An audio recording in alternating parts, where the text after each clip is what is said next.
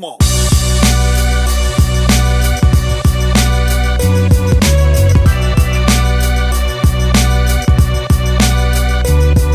So for me, I don't believe in forgiveness if you don't want to forgive. Oh.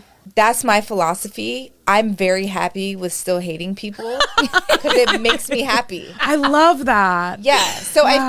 I feel like a lot of people are like, forgiveness is going to heal you. Yeah. You're going to be better, you know? I think if it's eating away at you where it's like affecting your life, then maybe you should try a different avenue. But I'm very comfortable with hating people from my past. Happy Friday, everybody. Hey, friends. Happy Friday. Woo woo. We made it. How y'all like the intro? I did that myself. Woo woo woo. Getting used to all of the perks and benefits of Adobe. And there will be an outro at the end of this video. I also did that myself. And normally I use templates, but I did this one from scratch, hunty, from scratch. I'm getting good. I'm in the University of YouTube, learning how to use this. I think it's cute. It's cute for me. So this channel is called Aired Static, right? Where we air out, you know, and I want all the static, you know, that's where I get it from. But I think my moniker on my online personality is going to be Eris. And I like Eris because it's a play on air, which is, you know, Eris or air. And Eris is the goddess of discord. What better? Like, she's like the petty Betty of the, you know, the goddesses, the Greek goddesses. She is definitely the petty Betty. And that's me. So I'm gonna start calling myself Eris. That'll be my online moniker when I start jumping on other people's platforms. Like right now I go by Aired Static, but I think that's more of a better name for the channel. But my online persona or my content persona is going to be Eris. So I'm going to start referring to myself as Eris. But if you have people that know me, they've known me as Nick, they're going to keep calling me Nick. It's going to be interchangeable, whatever. But I'm introducing y'all to Eris. So I did a video on the Monique situation, and I was going to go into that in depth, but a lot of people have covered that. A lot of people are dissecting that. And when I was coming across research for it, a clip came out of excuse me, guys. A clip came out of the Amber Rose on another podcast. So she's had shows and podcasts or whatever. She has another podcast called I Hope They're Not Listening. It's a little cute. She did an interview on a man who is a Satan worshiper. I like that one because I'm ignorant and I'm programmed and I'm trying to unlearn. But like them, before, not now, because I had to do a lot of research to make sure I really fit the definition of an atheist and not just agnostic and not just spiritual and yada, yada, yada, boom, boom, boom, bang, bang, bang.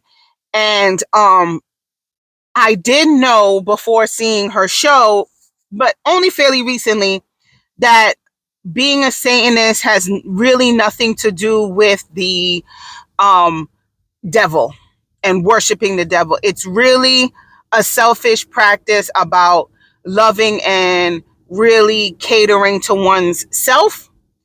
And I'm a firm believer that more people should be selfish because we have been flooded with users and abusers. So because we have been flooded with users and abusers, I think more people should be selfish. And I think being selfish is a good thing because sometimes you lose yourself, especially if you're a mother or a parent. You know, I'm speaking for mothers, but you could really lose yourself and forget who you were and forget who you are. And especially if you were a wife / sex kitten and now you are a mother, you completely have dissolved that part of your life. And more oftentimes than not, your partner is going to treat you different because now you are held to a higher standard because you have given him a child. So you're therefore put on a pedestal when deep down inside you're dirty, dirty, dirty horror. So I think more people should be selfish. I think more people should be fuck them kids. And I know a lot of people don't like to hear it, but I'm very much so fuck them kids. Not abusive, but when I need time, ship them little badasses off to a trusted adult's house for the weekend. Don't think about them. Don't text them. Don't ask them to FaceTime you. Nothing. When I went away from my romantical 40th birthday party weekend, I was in a state of depression, I think because of my period, and all I was thinking about was them damn crumb snatches, and I didn't really enjoy the time away. And when I got to them, the first 5 minutes, I was like, oh my God, go away. Go away from me, Apollo. Go away from me. I was done. First 5 minutes, I walked through the door. What you give me? What you buy me? Whining and crying. And I was like, nope, bye. That's how I felt. So I ruined the 2 days and 2 nights away from them by thinking about them and not really decompressing. But anywho, get the train back on the track, Eris. So Amber Rose, I found a clip. I didn't watch the whole podcast. These are reels. You know, you ever click on a reel and you keep scrolling, and before you know it, 3 hours have passed and you got to get up for work in the morning. But it came up of her talking to these 2 women. And she is talking about how she doesn't really forgive and she'll continue to hate with no problem. She don't, and they also talked about this clip on what's that show? Fox Soul T. With Claudia Jordan, Al Reynolds, and the guest host is Armand Wiggins for this week. So they also talked about that. And on Fox Soul, the show on TGIF, right? Is it TGIF? Yeah. They talked about it, and they also delve into her being an atheist. And of course, it was, well, who hurt you for you to be an atheist? And Claudia Jordan said that she saw her on College Hill. I didn't watch the show, but she saw her on College Hill, and she talks about being an atheist and how she's an atheist because the overtly religious people around her weren't living that life, and she's hurt. Now, I don't know why Amber Rose is an atheist, but I know why I'm an atheist, and me being an atheist has nothing to do with being hurt, being disappointed in religion, religious people disappointed me, the hypocrisy of it all, watching Greenleaf. All of that was research purposes to really make sure, watching Greenleaf and doing all the research and on as much religions as I could find, because there's over 3,000 religions on this planet Earth, doing the pretty much mainstream American access in America ones that I have, and nothing fit. I'm just too, it's my brain. I'm just too logical. I couldn't subscribe to it. Like, to me, and this is no shade to anybody believes, it's just the way I'm hardwired, that how could you say you don't believe in Santa Claus and the Tooth Fairy and then turn around and believe in angels and God and yada, yada, yada. But you don't believe in Santa Claus and the Tooth Fairy. To me, they're the same thing. And that's why when I talk about religion, it is a theory. You know, do you subscribe to the theory of religion? Because it is a theory. It is not proven. It is not fact. And I think the people who are religious get offended or sometimes even hurt when you say you don't believe and they ask you why, and you give them an answer. You give them an answer and they get defensive. I've even had some people like kind of cut me off. And I don't speak ill of their religion. Like I always say, do you, boo-boo. If you believe, I just don't. If you invite me to your house and you want to pray over the food, I will bow my head out of respect because that is your home. But when you come to my house and I'm about to serve a meal and then you say, can I pray? I'm going to say, please no. Like, you know, can I bless the food? You could bless whatever you want, but we're not going to go into concert and hold hands in my house because that's not what I do in my house. And also, if people say, you know, God bless you, God bless your children, I don't go and say there is no God, but thank you. I don't do that. If that is how you show positivity towards my way, I'm all for it. And my mother, who's very ignorant in what an atheist is, goes, but you say thank you. When somebody says bless you or I'm praying for you, you say thank you. If you're an atheist, you're supposed to do this and you're supposed to do that. And I go, no, that's not what that means. That's not what being an atheist means. It just means I don't believe. And there is no agenda. There is no church. There is no group of atheists going around knocking on doors, handing out pamphlets of why you shouldn't believe. That there's no such thing. Really, the atheist groups that I follow, we share funny memes and intellectual quotes from scientists, intellectuals, and celebrities, and clips of other atheists and their methodologies on why they don't believe and yada yada yada. But actually, the atheist groups don't go around criticizing anybody's religion, but the religious people proselytize to a harassing effect. They bully, they shame, they get damn near violent sometimes to people that say they don't believe. But there aren't angry atheists going around. And I know this video is not about that, but it came up in a conversation. Well, if you don't believe in God and religion, what stops you from murdering and killing and robbing and stealing? So religion is the only thing. So let me understand. Religion is the only thing that keeps order and keeps human beings from robbing, killing, pillaging, and stealing. But the hypocrisy of it all wasn't the Crusades about pillaging, robbing, killing in the name of God? Okay. To answer your question, what stops me is my innate Homo sapien ability and feelings that are afforded to me by being this species.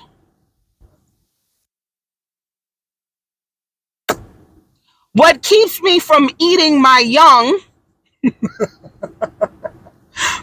is the same thing that kept my Neanderthal, because I definitely, they say Homo sapiens and Neanderthals are two different species, but I definitely got some eek by way of the crude Neanderthal, because I don't have a forehead and she didn't have a forehead either.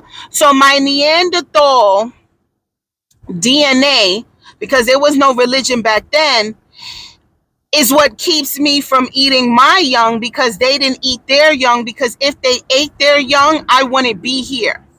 So whatever kept them, because there was no God or Christian or Jesus back then, right? What kept the sun worshipers before the sun worshipers, what kept them from eating their babies and killing their babies, is the same thing that kept me from eating and killing my babies. But I digress. Back to Amber Rose. I don't know why. I haven't done extensive research as to why she doesn't believe and she goes around saying she's an atheist, but I know why I'm an atheist. And as an atheist, we don't go around asking you why you're an atheist. We just don't. You say you're an atheist. If you have a discussion with us and it feels like you're not a true atheist, we might tell you being an atheist is pretty much summarized as being the color black.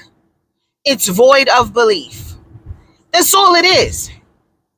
It's void of belief. My mother goes, oh, so you're atheist, so you believe in Darwinism and you believe in evolution? No. An atheist is to have no belief. That's it. Well, how do we get here? If there's no God, how do we get here? Well, you tell me how we got here. God. Oh, okay. You believe God put us here. Who put God there?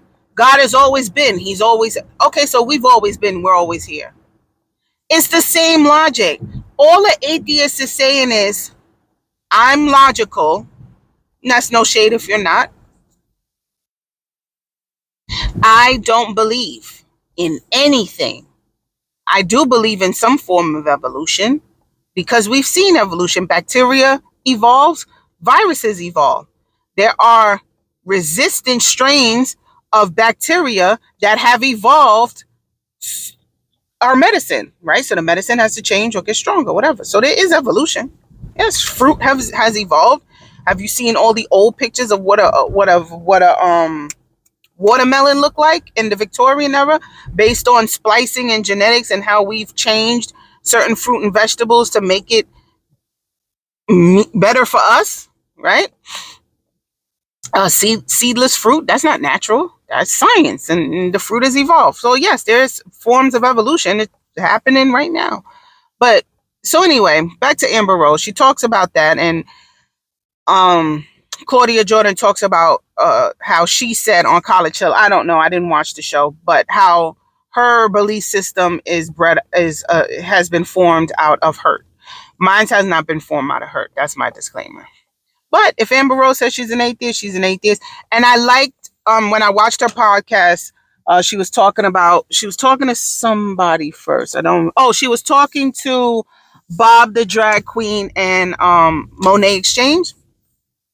She had them as guests, and she talks about how her mother is still religious and how her children enjoy the interaction they have with her mother as far as religion, and she doesn't stifle that. And I don't do that with my children either.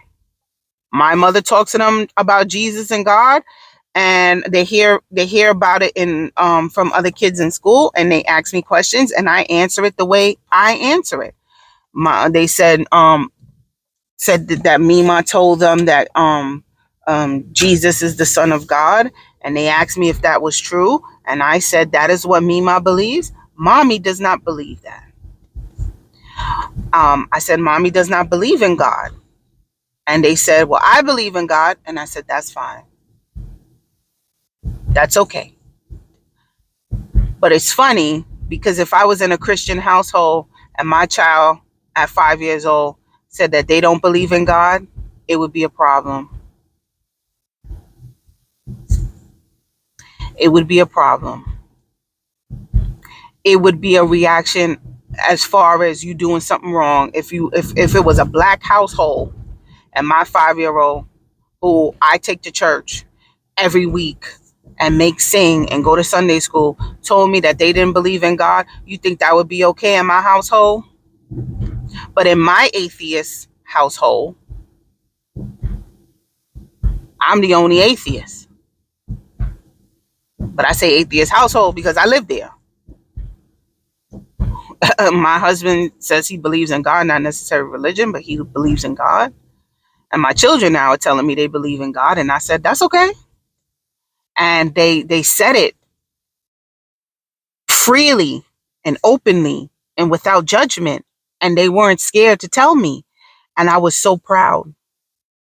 I was so proud that my children, who had just heard that their mother does not believe in God, was so confident to tell me that they believe in God.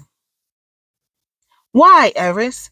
Why do you feel happy that your children are expressing a feeling and an opinion that's different from yours? Because it's theirs. It's theirs. And they were able to talk to me without fear of judgment or repercussion. I have won. That is what I've been working so hard to do. I don't raise my children out of fear. That's archaic. That's barbaric. That is ignorant. My kids were like, well, I believe in God. I believe in Jesus and I believe in God. And I was like, that's okay. High five. And they sauntered away. I don't want carbon copies of myself. That's actually very selfish, very self-serving, to make children in your image, just like your God said, I made you in my image. I don't want you in my image. I want you in your image. I want whatever you want to be. You want to be an astronaut, cowboy, millionaire? Go ahead. Let me tell you how I am. Career day is coming up. I don't feel like spending any more money because I just gave Uncle Sam 4 racks in cash out of my checking account. With all these functions coming up, I got 2 kids. Every time they got a little function coming up, it's costing me $50. Okay, we're going to use what we have. All right, career day is coming up. We're going to use what we have. I got a police uniform. I got a doctor's uniform or dress-up costume. And I got a waitress. My daughter want to be the waitress. She going to be a waitress on career day. She got a menu. It's a Melissa and Doug set that she got for Christmas or for her birthday. My daughter finna be a waitress on career day. Okay? She gonna carry the little fake food. She gonna carry the menu and her pad, and she gonna walk around her class and taking their orders. Yes. My daughter want to be a waitress. She could be a waitress. My daughter want to be a doctor. She could be a doctor. My daughter want to be a police woman, man, person. A police, they, them, that is what she's going to do. As long as what my children are doing does not hurt anybody physically or emotionally or become a detriment to this country, I will support them. Now, if they tell me they want to rape and pillage and kill people, I'm going to have to step in fat. Nope, we're not doing that. No, I'm going to have to redirect you. But if my son wants, or my daughter wants to be an astronaut, cowboy, millionaire and wear high heels to work every day, go right ahead.